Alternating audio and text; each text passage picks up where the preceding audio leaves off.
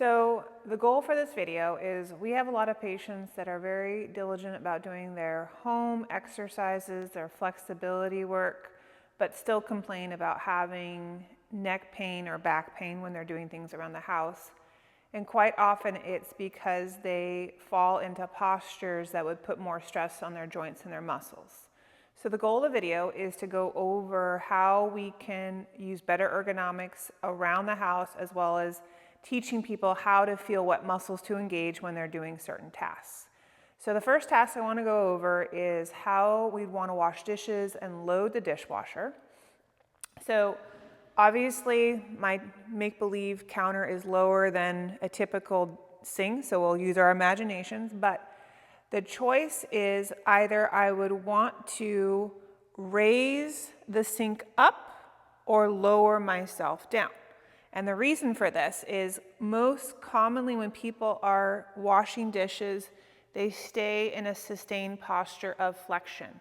And even though this isn't bending forward all that much, to stay here for 5 to 10 minutes at a time, especially when you are dealing with a sore back, is that this puts a lot more strain on our ligaments and our joints, and the muscles in the back, which help us stay upright, now have to work incredibly hard to keep us from falling forward.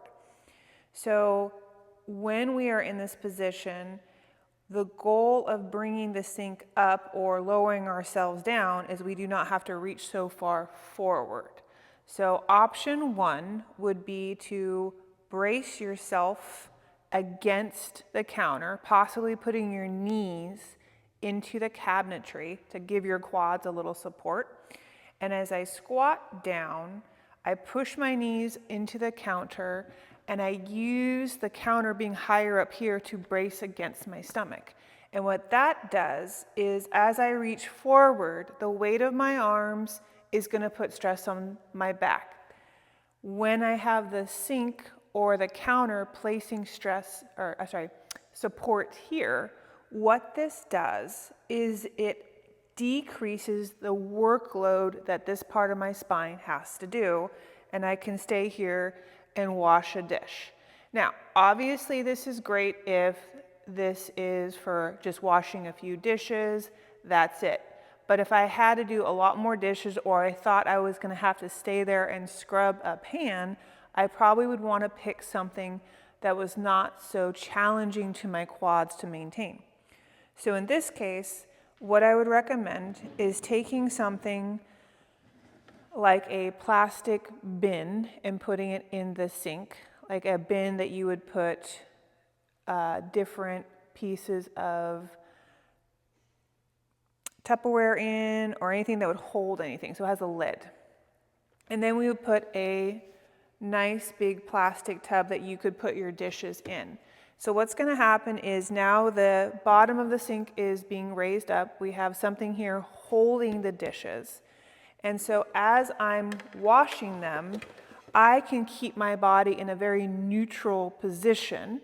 And so I could sit here with the soap, scrub everything, and then I could come over to the part of the sink that is still normal. And when I go to rinse, I could just gently rinse everything without water getting everywhere. So this allows me to sit with my arms much closer, so there's less weight on my spine, less weight on my neck. I don't have to look down very far, so again, this is much kinder on my neck than trying to reach forward and look. And if I had to sit here and scrub anything, it doesn't take as much effort because, again, when my arms are closer to my body, this is a lot less pressure on my back and my neck to sit and scrub something more vigorously compared to when I have to reach down and work this much harder. So this would be a nice way of helping keep your neck and your low back in a neutral position if you are dealing with a flare-up. So then comes the other common pitfall, which is loading the dishwasher. So again, we'll have to use our imagination, but if there was a dishwasher here and it opened up this way, what we see people often do is they will keep their feet planted and then they will bend and then they will twist, okay? And so obviously the problem here is that if we're dealing with a lower back issue, our lower back is going to feel a lot of stress by keeping the pelvis still and having all the fulcrum be through the lower back. What would be a kinder way would be to make sure that either with each dish that you would step so that you are now in the same plane as the dishwasher. You would put your hand on the counter and then you would come down. As I come down, I'm making sure to keep my tailbone back, my chest tall, and I'm placing the dish down. What this does is this makes sure that my trunk, my neck are all in the same plane. I'm not straining my neck, I'm not straining my back.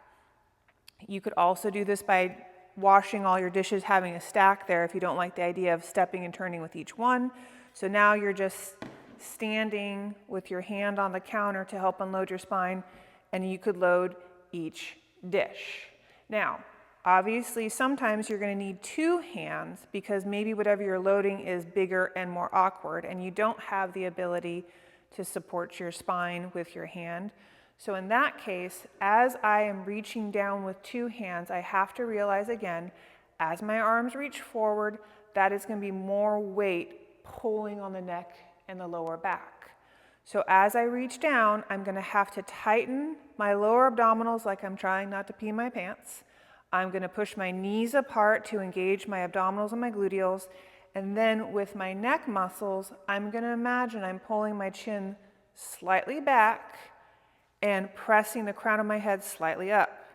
So again, I'm going to be very clear about the chin movement. It is not neck retraction, which could put a lot more stress on the mid-cervical.